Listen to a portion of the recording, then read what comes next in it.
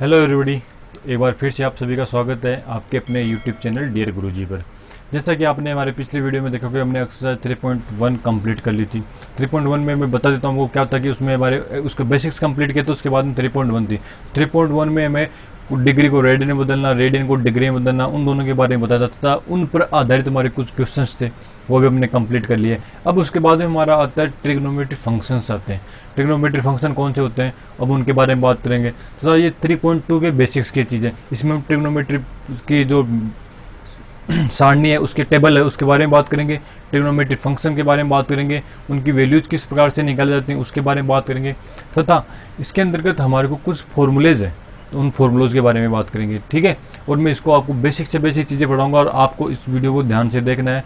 अगर जब इस वीडियो के बाद में जब एक्सरसाइज 3.2 सोल्व करोगे तो ये सभी इसी पर आधारित होंगी। अगर आपको बेसिक्स कंप्लीट होगा तो आप आसानी से 3.2 कंप्लीट कर सकते हैं। ठीक है, तो चलो शुरू करते हैं। हमारा टॉपिक है ट्रिग्नोमेट्री फंक्शन।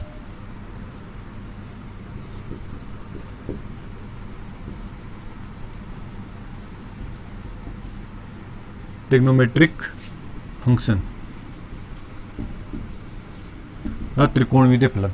तो ट्रिग्नोमेट्री फंक्शन की बात आती है तो हमारे पास आता है कि ट्रिग्नोमेट्री फंक्शन होते कितने हैं। तो ट्रिग्नोमेट्री फंक्शन सामान्यतः 6 होते हैं। कौन कौन से होते हैं? साइन, कोस, टेन, कोट, सेक और कोसेक।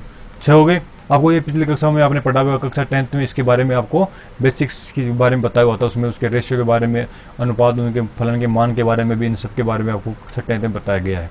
ठीक है, लेकिन उसके बाद में भी आपको कुछ चीज़ें जहाँ पे काम आ रही है मैं उनको दोबारा से रिकॉल करवाऊंगा। जो भी आपको इस एक्सरसाइज में काम आ रही है वो सब चीज़ें मैं यहाँ से आपको दोबारा से बताऊंगा। ठीक है, तो ट्रिग्नोमेट्री फंक्शन में जब हमारे आते हैं तो इसका मान हमारे पास कौन कौन से आते हैं? Sine theta, cos theta, tan theta, cot theta, sec theta, cosec theta. ठीक है, यह है कोसेक थीटा। अब इसके मान निकालने होते हैं। जब इसके मान किस प्रकार से निकाले जाते हैं, इसके जो फलन के मान होते हैं इनके वैल्यूज निकालने के लिए एक फॉर्मूला है, वो किस प्रकार से निकाल जाते हैं। इसमें हम त्रिभुज के ले लेते हैं। ये इस प्रकार से कोई हमारा त्रिभुज है, इसके आधार पर हम इसके वैल्यूज निकालते हैं। ठीक है, अब इसमें त्रिभुज में ये मानो एक ABC नाम का त्रिभुज है, ABC, और ये थीटा कोण है। ठीक है, तो अब इसको निकालने का ये तो शॉर्ट फॉर्मूला है कि किस प्रकार से निकालें, जिसको हम बोलते हैं PBP। ये हमारे है, यहाँ पे लिख देता हूँ मैं इसको, PBP अपॉन HHB। इसका शॉर्ट फॉर्म को इसको याद करने का तरीका है पंडित बद्री प्रसाद हरी हरी बोल। ठीक है, ये तो आपको मैथ्स इस इंग्लिश के फॉर्म में रूम है। एक इसी के लिए हम एक और लेते हैं, लाल बट्टा कक्का। ये हिंदी मीडियम के विद्यार्थी को ज़्यादा काम की चीज़ है। क्यों? क्योंकि ये तो हो गया हमारा परपेंडिकुलर, ये हो गया बेस, ये होगा हाइपोटेनस। ठीक है, इसी प्रकार ये लंब, ये आधार और ये कर्ण। इसमें 3 चीज़ होती है, त्रिभुज में 3 ही चीज़ें होती हैं, आधार, लंब और कर्ण। ठीक है, तो अब ये बात होती है आधार कौन सा होता है, लंब कौन सा होता है, कर्ण कौन सा होता है, उन सब के बारे में बात है। कई लोगों को इसमें भी बड़ा कन्फ्यूजन रहता है। ठीक है, तो वो चीज़ें मैं आपको बता देता हूँ। पहले इस फॉर्मूले का अगर आप लिखना चाहो तो इसको लिख सकते हो। इसका नाम पंडित बद्री प्रसाद हरी हरी बोल। ठीक है, तो अब ये हम इसमें डिवाइड कर दें, ये इसका रेशियो है, अनुपात है, इसको डिवाइड कर देते हैं। जो हमारा ये फर्स्ट आएगा P अपॉन H, हम पहले ऐसे करेंगे P अपॉन H साइन के लिए, फिर ये कोस के लिए, फिर ये टेन के लिए, फिर यहीं से वापस स्टार्ट करेंगे, उल्टा करेंगे। जो ये वाली है इसको वापस उल्टा करके लिखेंगे, यहाँ से कोट के लिए, फिर ये सेक के लिए और ये कोसेक के लिए। ठीक है, इस प्रकार से लिखते हैं। इसी प्रकार ये वाली लाल बटा कक्का, ये साइन के लिए, ये कोस के लिए, ये टेन के लिए, अर्थात ये साइन के लिए, कोस के लिए और ये टेन के लिए। मैं पूरा लिख देता, अब इसको समझ जाओगे शॉर्ट फॉर्म में, या मैं इसको पूरा लिख देता हूँ, कंफ्यूज ना हो। साइन, कोस और ये टेन। ठीक है, ये जब इसका वापस से उल्टा करेंगे तो यहाँ से स्टार्ट करेंगे हम। ठीक है, तो यहाँ पे करेंगे हम कोट, सेक और कोसेक। तो मैं ये सब चीज़ें यहाँ पे लिख देता हूँ एक बार। ठीक है, तो साइन के लिए हमारे पास क्या आया, P अपॉन H। उसी प्रकार कोस के लिए आया हमारे पास B अपॉन H। टेन के लिए क्या आएगा, P अपॉन B। यहाँ पे आप कैपिटल भी ले सकते हो या स्मॉल भी ले सकते हो, कोई भी ले सकते हो। ठीक है, P अपॉन B। फिर कोट के लिए मैंने बताया था कि बी अपॉन पी आएगा, यहाँ से करेंगे और उल्टा स्टार्ट करेंगे, जहाँ यहाँ पे खत्म हुआ अब यहाँ से कोट के लिए आएगा, ये हो गया कोट के लिए ये ऊपर ये उसका उल्टा कर देंगे टेन का, तो कोट के लिए हो गया, ये हमारा सेक के लिए हो गया और ये हो गया कोसेक के लिए हो गया। ठीक है, तो ये क्या आएगा बी अपॉन पी कोट के लिए, सेक के लिए क्या आएगा एच अपॉन बी, और उसी प्रकार कोसेक के लिए आएगा पी अपॉन एच। ठीक है, ये सारे मान आ गए। अब इसी प्रकार ये हो गया ये साइन के लिए, इसी प्रकार जिस प्रकार से हमने इसको बनाया है साइन कोस टेन के लिए, ये भी साइन के लिए कोस के लिए टेन के लिए, फिर यहीं से वापस से उल्टा हो जाएगा, ये कोट के लिए, ये सेक के लिए, कोसे के लिए। इसमें साइन वालों में ये तीनों वाले ऊपर ये आएंगे और इसमें ऊपर ये आएंगे कोट के लिए क्या आएगा बी अपॉन पी, ये देखो बी अपॉन पी। तो हम इसको यहाँ से स्टार्ट करेंगे लेकिन उल्टी ओर से स्टार्ट करेंगे, तो ये कोट, ये सेक और ये कोसे के लिए। ठीक है, तो इनका फॉर्मूला क्या हुआ याद रखने का, इंग्लिश में बोले तो आप पंडित बद्री प्रसाद हरी हरी बोल, या इसको बोल सकते हैं लाल बट्टा कक्का। अब एक चीज देखते हैं, अब इसमें आता है कि हमारे शरीर त्रिभुज, इसमें तो हमें पता ही नहीं चलता कि कौन सा परपेंडिकुलर है, कौन सा बेस है या कौन सा हाइपोटेनस है, या हिंदी में बोले तो कि कौन सा हमारे लंब है, कौन सा कर्ण है और कौन सा आधार है। तो जब इसमें कोण थीटा दिया होता है ना, हमारे पास माना कि हमारे पास ये कोण है, ये थीटा है, ये तो 90 डिग्री का कोण हो गया, आपके कोई और कोण है, ये मानो हमें कोण दिया थीटा, इसके सामने की बात की जाए तो थीटा से जो दोनों लाइनें जुड़ी हुई होती हैं, जो लाइनें थीटा से जुड़ी होती हैं वो होती हैं आधार और हाइपोटेनस, आधार और हाइपोटेनस, अच्छा बेस और हाइपोटेनस या आधार और कर्ण होती है। ठीक है, तो इसको हम बोल सकते हैं ये इसको जो छोटी, इनमें से जो छोटी वाली होती है वो हमेशा बेस होती है। आप इसको पता भी होगा, जो ये नीचे वाली लाइन होती है इसको हम हमेशा बेस के रूप में लेते हैं, तो ये हमारी होगी बी बेस या आधार। ठीक है, इसी के साथ में जो जुड़ी हुई है इसको बोलते हैं हाइपोटेनस, हाइपोटेनस या कर्ण। और जो थीटा के जो सामने वाली भुजा होती है उसको हम परपेंडिकुलर या लंब बोलते हैं। जो ये है हमारी, ये हमारी है पी, अर्थात इसको बोल सकते हैं लंब, इंग्लिश में बोले तो परपेंडिकुलर।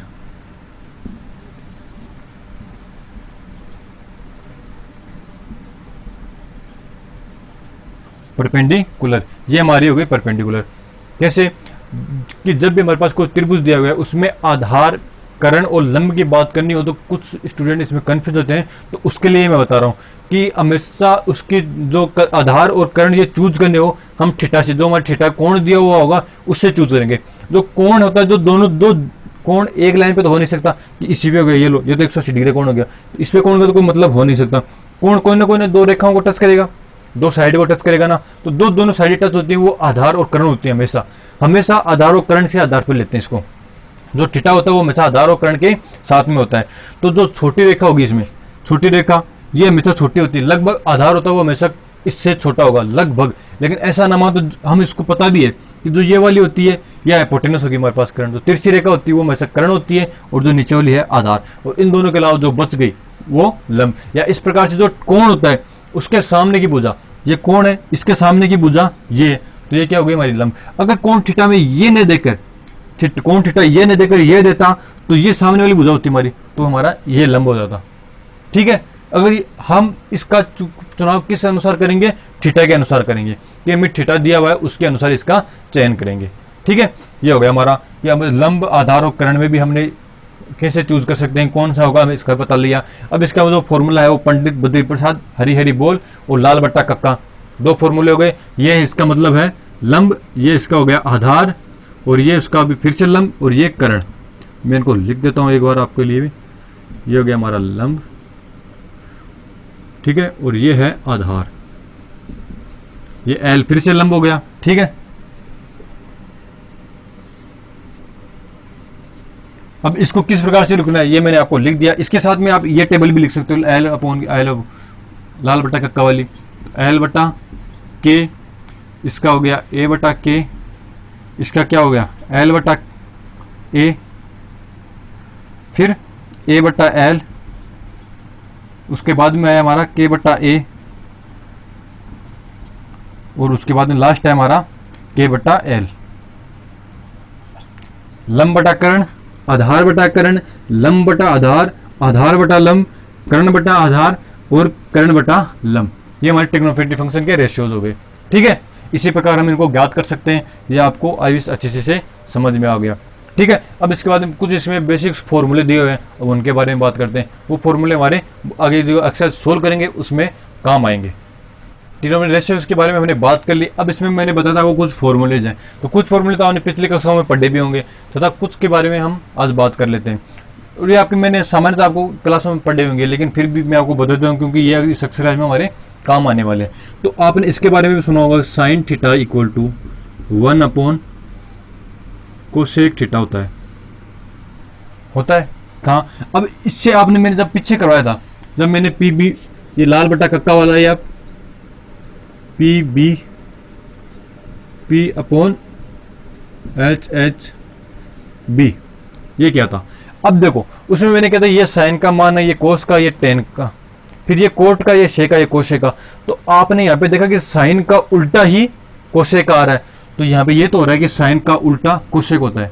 ठीक है, कि sign theta upon 1 upon cosec theta, आप या तो ये से मान लो कि ये यहाँ से आया है, या फिर वो जो मान आया है वो यहाँ से इस प्रकार से मान आया है, कि ये एक फॉर्मूला हमारे इस ट्रिग्नोमेट्री में होता है। तो हम इसको इस प्रकार से भी लिख सकते हैं क्या, cosec theta equal to 1 upon sine theta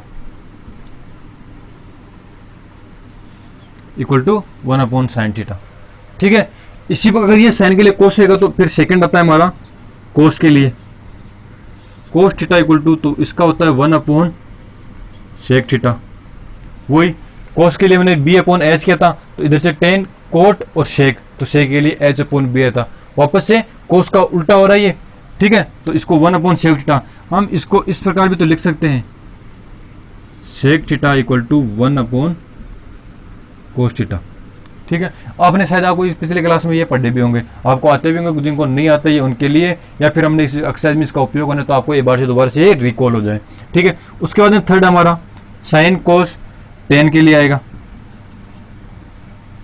tan theta equal to, तो 1 अपॉन कोट ही बचा इसमें, तो 1 अपॉन कोट थीटा का टेन का उल्टा होता है, अर्थात cot theta equal to 1 upon tan theta. ठीक है, ये हो गया फॉर्मूला। तो इसमें कितने हो गए, 6 फॉर्मूले तो ये हो गए। ठीक है, या ऐसे मान लो 3 फॉर्मूले हुए, मैंने इनसे ये निकाला। अब इसके बाद में एक, जब भी हम ट्रिग्नोमेट्री की बात करते हैं हमेशा एक फॉर्मूला, ये तो सभी को पता होगा ही, क्योंकि जब भी किसी को अगर ट्रिग्नोमेट्री के बारे में कुछ थोड़ा बहुत ही पता है तो उसको इस फॉर्मूले के बारे में तो जरूर पता होगा। वो कौन सा है, sine square theta plus cos square theta equal to 1। ये एक इंपॉर्टेंट फॉर्मूला है जिसका बहुत ही जगह उपयोग आता है।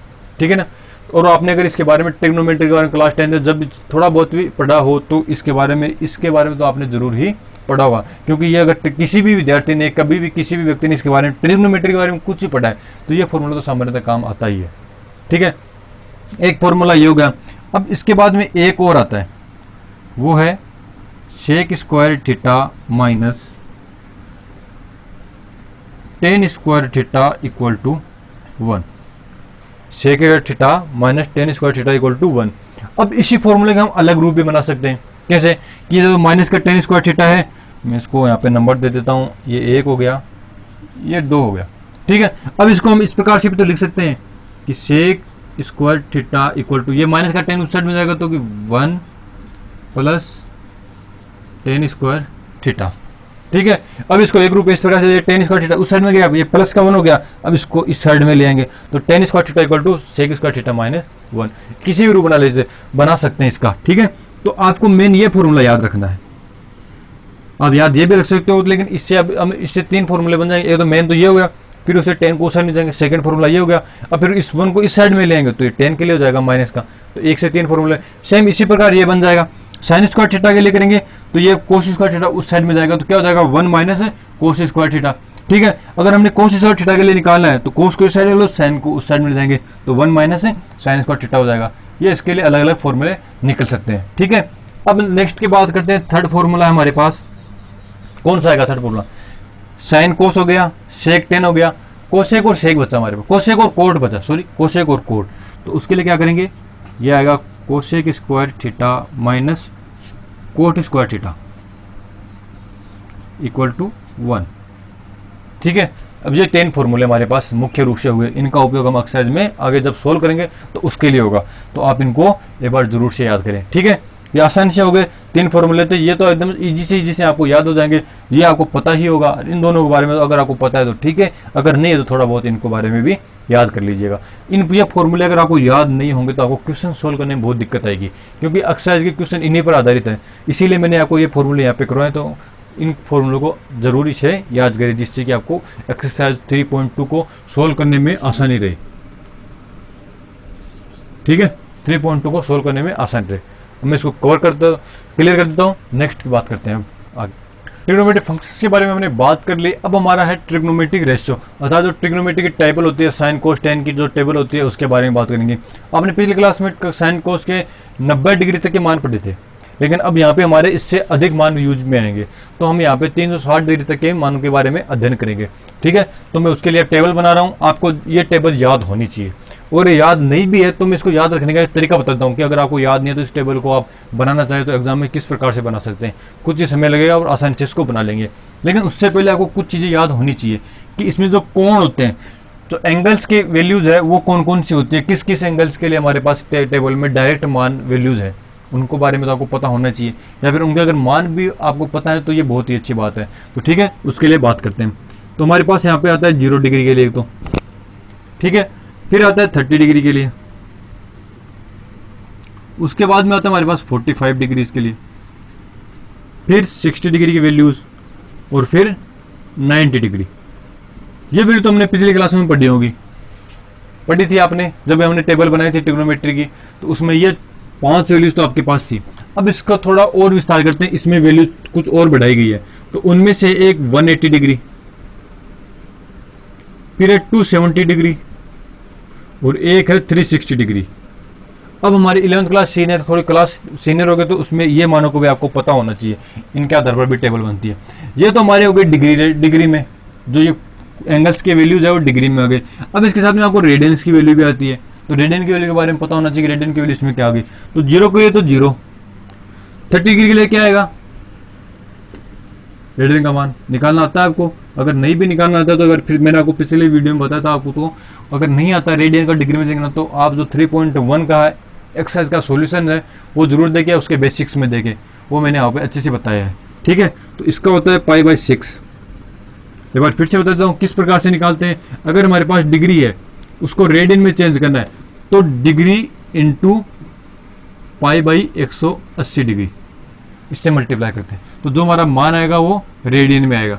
किस प्रकार से, अब इसको हल करके देख लें। डिग्री की वैल्यू हमारे पास 30 डिग्री है, 30 डिग्री इसको हल करेंगे, ये से कैंसिल हो जाएगा, कितनी बार गया 6, तो यहाँ पे वैल्यू है हमारे पास π/6। इसी प्रकार आप बाकी सभी के लिए निकाल सकते हैं। तो इसके लिए निकालेंगे तो इसके लिए आएगा π/4, इसके लिए निकालेगा π/3,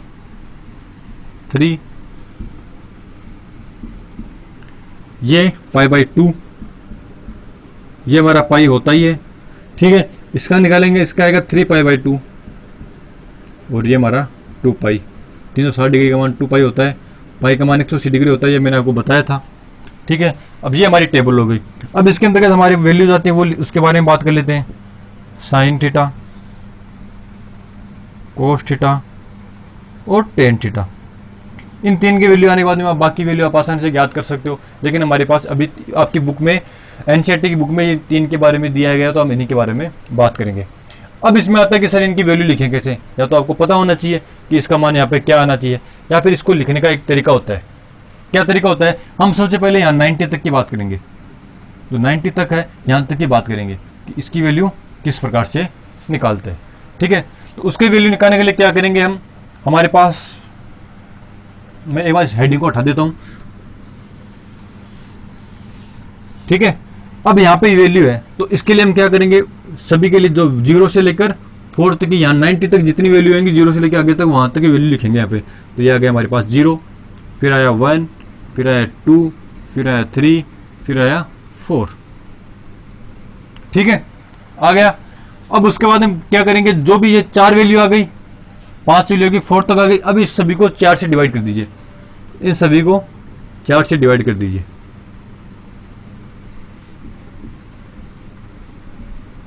सभी में 4 का भाग दे दिया, ठीक है, हो गया। ये 4 का भाग देने के बाद अब इनको सभी को रूट लगा दीजिए।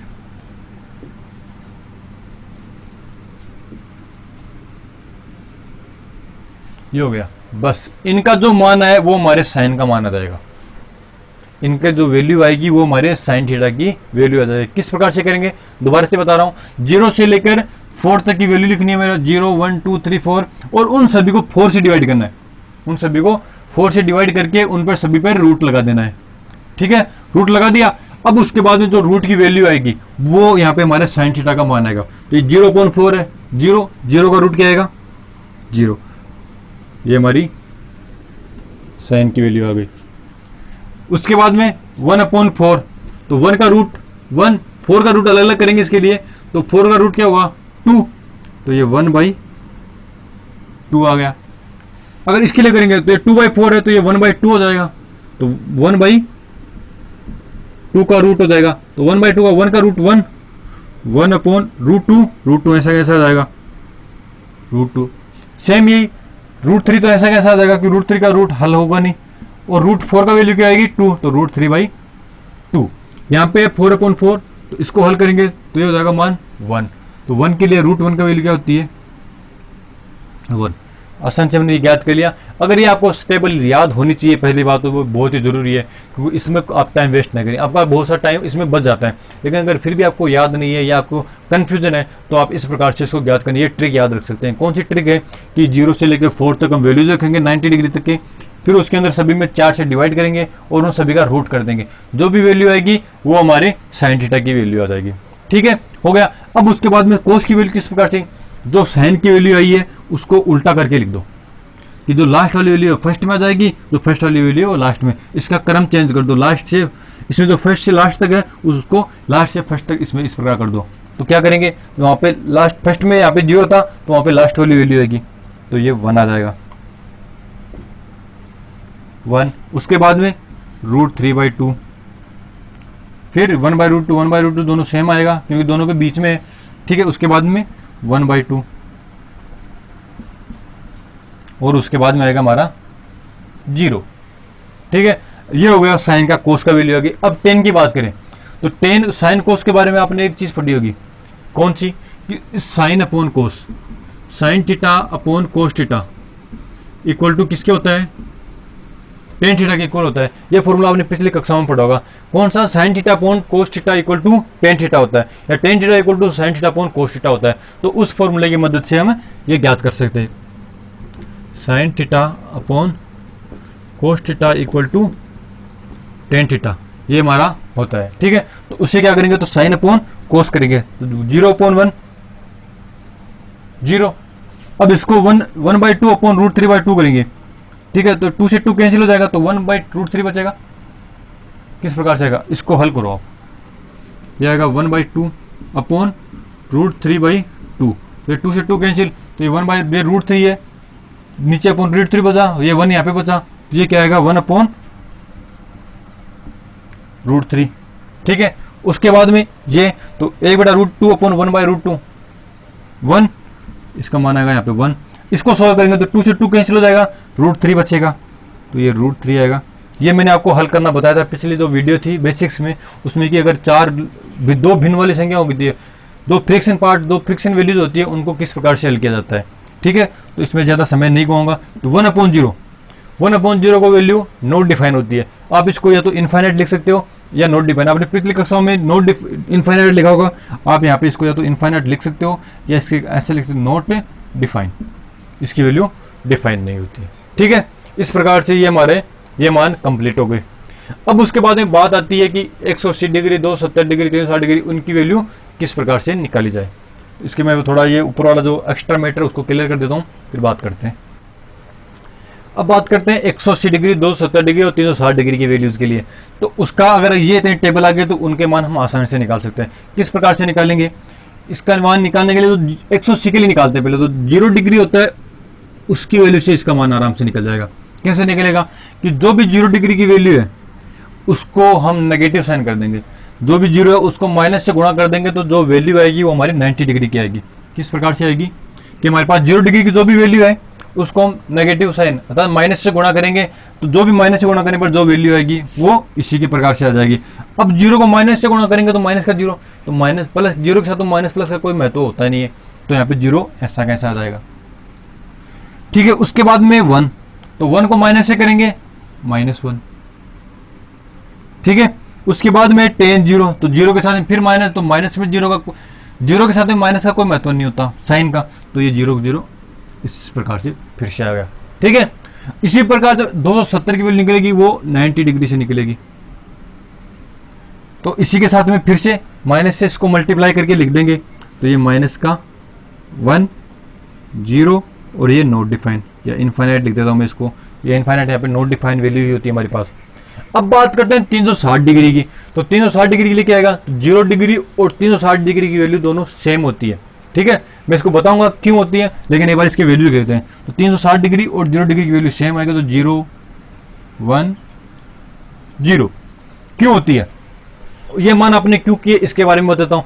जब मैंने आपको पीछे बात की थी जब आपसे बेसिक्स के बारे में 3.1 के लिए, तो मैंने एक चीज़ बताई कि जब एक कोई घूर्णन करता है, ये इस प्रकार से किसी वट का जो घूर्णन होता है वो 360 डिग्री का होता है। ठीक है, तो यहाँ पे 0 डिग्री से स्टार्ट होता है और यहाँ पे 360 डिग्री पर जाता है, तो 0 डिग्री और 360 डिग्री देखो एक ही जगह तो मिल रहा है दोनों की वैल्यू, क्योंकि 0 डिग्री से स्टार्ट किए यहाँ पे वापस खत्म हो गया, तो 360 डिग्री और 0 डिग्री एक जगह हो गए, तो ये वाला तो सेटिस्फाई हो गई कि 0 का और 360 डिग्री की वैल्यू सेम होगी। क्यों, क्योंकि 0 डिग्री और 360 डिग्री जो दोनों वैल्यू होती है वो दोनों वैल्यू एक ही जगह होती है, तो ये तो हमारा 360 डिग्री तो हो गया। अब दूसरी बात करते हैं 180 डिग्री की, तो 180 डिग्री कितना होता है कि यहाँ से स्टार्ट करके इतना आधा चक्कर लगाते हैं ना, ये 180 डिग्री होता है। ठीक है, तो जब हम ग्राफ की बात करते हैं तो ये पॉजिटिव साइड होती है और ये नेगेटिव साइड होती है, तो 0 का नेगेटिव साइड है 180 डिग्री, 0 का नेगेटिव साइड कौन सा है 180 डिग्री, तो 0 की नेगेटिव कर देंगे तो हमारा 180 डिग्री आ जाएगा। ठीक है, किस प्रकार से, क्योंकि जब हाफ चक्कर करते हैं इसका हाफ सर्कल होता है वो 180 डिग्री होती है, यहाँ पे पाई अर्थात 180 डिग्री होता है। ये मैं अभी आपको कोऑर्डिनेट पढ़ाऊंगा फटतम चतुरांत, तो उसमें बातें चीज आएंगी, यहाँ पे नेगेटिव कौन सा था प्लस कौन सा था, यहाँ तक की वैल्यू कहाँ तक आती है, लेकिन मैं थोड़ा बहुत इसके बारे में बताया भी था आपको कि यहाँ पे ये 90 डिग्री होता है, यहाँ पे 270 डिग्री होता है। ठीक है, तो यहाँ पे ये 0 से यहाँ पे जाएगा पाई डिग्री, यहाँ पॉजिटिव है या नेगेटिव है, तो 0 डिग्री और नेगेटिव इसमें लाइन ब्रेक का पर तो 0 वाली पे आ रहा है ना, ये वैल्यू 0 वाली लाइन पे ही तो इसकी वैल्यू आ रही है, तो यहाँ पे ये नेगेटिव हो जाएगा, तो 0 वाली वैल्यू के साथ में नेगेटिव को साइन से मल्टीप्लाई करने पर जो मान आएगा वो हमारे 180 डिग्री का आ जाएगा। ठीक है, अब हमारे पास 90 डिग्री की और 270 डिग्री में बना रखा है मैंने, क्यों, क्योंकि जो 90 डिग्री देखो ये 90 डिग्री की वैल्यू है, उसी पे 270 डिग्री की वैल्यू आ रही है, देखो ये 90 डिग्री और ये 270 डिग्री, दोनों की वैल्यू एक ही लाइन पे आ रही है, अर्थात सेम वैल्यू आएंगी। लेकिन क्या है, यहाँ पे ये पॉजिटिव होता है लेकिन ये नेगेटिव होती है लाइन, ये एक्स एक्सिस है, तो एक्स एक्सिस तो इस साइड में पॉजिटिव इस साइड में नेगेटिव, ये वाई एक्सिस है, तो ये ऊपर की साइड में पॉजिटिव नीचे की साइड में नेगेटिव, तो 90 का नेगेटिव करेंगे, इसके साथ में साइन और साथ में नेगेटिव साइन ऐड करेंगे तो हमारे पास 270 डिग्री आ जाएगा। ये हमारे इसका निकालने का तरीका हो गया। आप इसको याद भी कर सकते हो, ज़्यादा कोई कठिन चीज़ नहीं है, और या इसको आप समझ के भी लिख सकते हो। अगर आप समझ के लिखोगे एग्जाम में, अगर आप इसको लिखने को लेटे तो आपको बहुत सारा टाइम वेस्ट हो सकता है इसमें, तो इससे अच्छा हो कि आप इसे याद कर ले। ठीक है, अब हमारी ये बात हो गई। अब बात करते हैं साइन की, कि कौन से साइन के साथ में ट्रिग्नोमेट्री फंक्शन के साथ में कौन सा साइन कहाँ पे आएगा, कौन से इसमें कोऑर्डिनेट होते हैं, उनके बारे में बात करते हैं। ठीक है, ट्रिग्नोमेट्रिक टेबल के बारे में हमने बात कर ली। अब उसके बाद में आता है साइन ऑफ ट्रिग्नोमेट्रिक फंक्शन। जो ट्रिग्नोमेट्रिक फंक्शन होते हैं उनके साइन किस प्रकार से हम काम में लेते हैं, किस प्रकार से उनके साइन को ऐड करते हैं। तो हमारा है नेक्स्ट टॉपिक है साइन ऑफ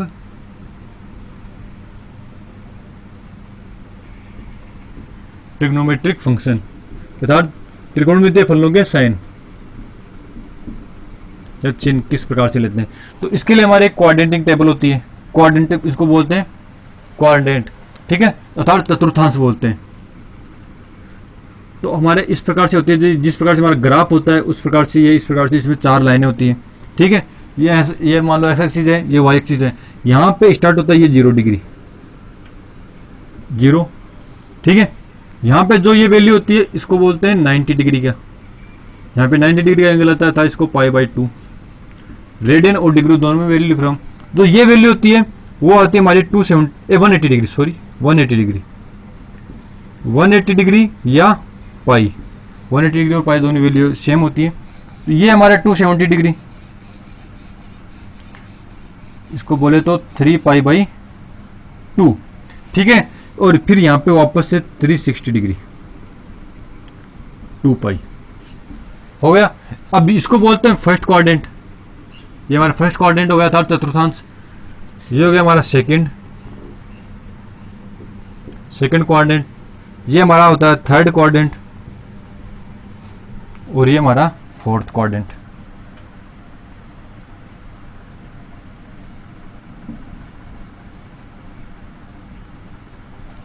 अब इसमें हमारे फंक्शन जो होते हैं, ट्रिग्नोमेट्रिक फंक्शन होते हैं, उनके साइन निर्धारित किए जाते हैं कि कौन से फंक्शन के साथ में कौन सा साइन आएगा, कौन से एंगल के बीच में इसके साथ कौन सा साइन आएगा, इन सभी का निर्धारण इसके द्वारा किया जाता है, ठीक है। तो इसके लिए एक फॉर्मूला काम में लेते हैं। कौन सा फॉर्मूला है? वो फॉर्मूला है आफ्टर स्कूल टू कॉलेज। आपको इसके लिए कोऑर्डिनेट में अगर फंक्शंस की साइन के बारे में ध्यान रखना है तो ये फॉर्मूला आपको याद रखना पड़ेगा। यहां पे इसके फर्स्ट वर्ड से सभी से वैल्यू आएगी। जो फर्स्ट वर्ड है इनको काम में लेते हैं। ए फॉर यहां पे ऑल है, एस का अर्थ है साइन, टी अर्थात टेन, और फिर सी अर्थात कोस। तो किस प्रकार से जो फर्स्ट क्वाड्रेंट है उसमें ए आफ्टर फर्स्ट क्वाड्रेंट में आएगा तो ऑल पॉजिटिव, ये पॉजिटिव के लिए साइन है। ये फॉर्मूला है जो इसमें क्वाड्रेंट में पॉजिटिव होते हैं उनके लिए formula after school to college. तो आफ्टर के लिए फर्स्ट क्वाड्रेंट में आफ्टर आएगा तो उसके लिए ऑल पॉजिटिव, अर्थात इसमें ये कौन से फंक्शन होते हैं हमारे? Sine theta, cos theta, tan theta, cot theta, sec theta और कोसेक थीटा। ये हमारे 6 फंक्शन होते हैं, 6 फंक्शन। तो यहाँ पे all positive, sine cos tan cot sec cosec, सभी के सभी जो फर्स्ट क्वाड्रेंट में आएंगे 0 से 90 डिग्री वाले में, तो सभी इसमें पॉजिटिव होंगे। अब बात करते हैं सेकंड में। तो सेकंड में यहाँ पे स्कूल, तो स्कूल के साथ एस आएगा तो साइन, और साइन का उल्टा होता है कोसेक। मैंने आपको बताया था, फॉर्मूला भी बताया, तो साइन इक्वल टू 1 कोसेक होता है। तो जो साइन का चिन्ह होगा वही कोसेक होगा। क्यों? क्योंकि अगर साइन में हमारे पास अगर साइन के साथ में माइनस का साइन है, ठीक है, तो माइनस का 1 कोसेक ही तो आएगा, तो दोनों इक्वल होंगे। अगर ये माइनस का साइन नहीं आएगा तो फिर माइनस का साइन नहीं आएगा, अर्थात इन दोनों के साइन सेम होंगे, अर्थात इन दोनों का चिन्ह सेम होगा। तो साइन थीटा और कोसेक थीटा पॉजिटिव होंगे इसमें, बाकी सारे इस क्वाड्रेंट में नेगेटिव होंगे। अब थर्ड की बात करें तो यहाँ पे थर्ड पे आ रहा है टेन, तो इसमें टेन थीटा और इसके साथ में आता है कोट थीटा, तो ये दोनों पॉजिटिव होंगे, बाकी सारे नेगेटिव होंगे। फिर लास्ट में आ रहा है कॉलेज, कॉलेज से अर्थात सी अर्थात कोस हो गया, तो कोस थीटा और सेक थीटा, ये दोनों पॉजिटिव होंगे, बाकी सारे नेगेटिव होंगे। किसमें? इस अंदाज में। अब क्वाड्रेंट बांट रखें, 4 क्वाड्रेंट बांट रखें, चतुर्थांश बांट रखें। 0 से 90 डिग्री का फर्स्ट क्वाड्रेंट आता है, 90 डिग्री से 180 डिग्री में सेकंड क्वाड्रेंट आता है, और 180 से 270 में थर्ड आता है, और 270 से 360 में फोर्थ क्वाड्रेंट आता है। इन क्वाड्रेंट में अगर इस प्रकार से वैल्यू आए, जिस प्रकार, इसका एग्जाम्पल मैं बता देता हूँ आपको, कि अगर हमारे पास इस प्रकार से कोई फंक्शन दिया हुआ है कि साइन 150 डिग्री, तो आप इसका चयन कर सकते हो कि इसके साथ में कौन सा साइन आएगा। साइन 150 डिग्री, अर्थात 150 डिग्री कितना हो गया? 90 से तो अधिक है, लेकिन 180 से कम है, अर्थात सेकंड क्वाड्रेंट में आएगा। तो सेकंड क्वाड्रेंट में कौन कौन पॉजिटिव होते हैं? साइन पॉजिटिव होता है, तो साइन पॉजिटिव, साइन 150 डिग्री है तो इसका आएगा साइन के साथ में प्लस का आएगा, प्लस साइन 150 डिग्री, ठीक है। अगर इसके बाद में बात करें टेन 150 डिग्री की, एक एग्जांपल वो लेते हैं, टेन 150 डिग्री। तो अब देखो टेन 150 डिग्री को भी इसी में आ रहा है सेकंड क्वाड्रेंट में, तो लेकिन सेकंड क्वाड्रेंट में साइन और कोसेक के अलावा बाकी सभी नेगेटिव होते हैं, तो इसके साथ में किसका साइन आएगा? माइनस का टेन 150 डिग्री। ये कहाँ काम आते हैं? जब एक्सरसाइज में क्वेश्चन करेंगे उसके लिए वहाँ पे, जब ये तो मैंने सिर्फ बता रहा हूँ कि ये इस प्रकार से इसके साइन चेंज होते हैं, ठीक है। तो वो आगे जब एक्सरसाइज में क्वेश्चन करेंगे उसमें आप इसको बहुत ही अच्छे से समझेंगे। इसमें आपको एक फॉर्मूला और पढ़ा होगा आपने, कौन सा? Sine π/2 minus theta.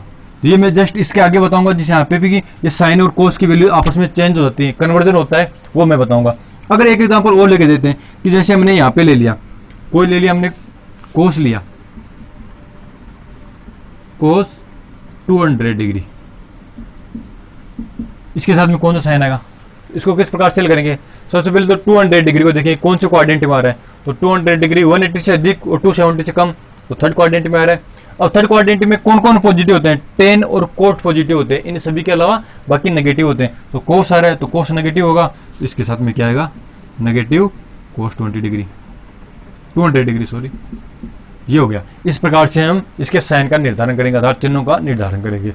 ठीक है, अब इसके बाद में इसमें कन्वर्जन वाला टॉपिक और बचता है कि जब इनको साइन को कोस में चेंज होता है, कौन सी जगह पर चेंज होगा, कौन सी जगह पर ये चेंज नहीं होगा, तो उसके बारे में बात करते हैं। हमने साइन के बारे में बात कर ली, अब हमारा है कन्वर्जन, अर्थात जब इनको आपस में चेंज करते हैं तो उनका कौन सा फंक्शन किस में चेंज होगा, कौन सा फंक्शन किस में। तो बात करते हैं कन्वर्जन के लिए।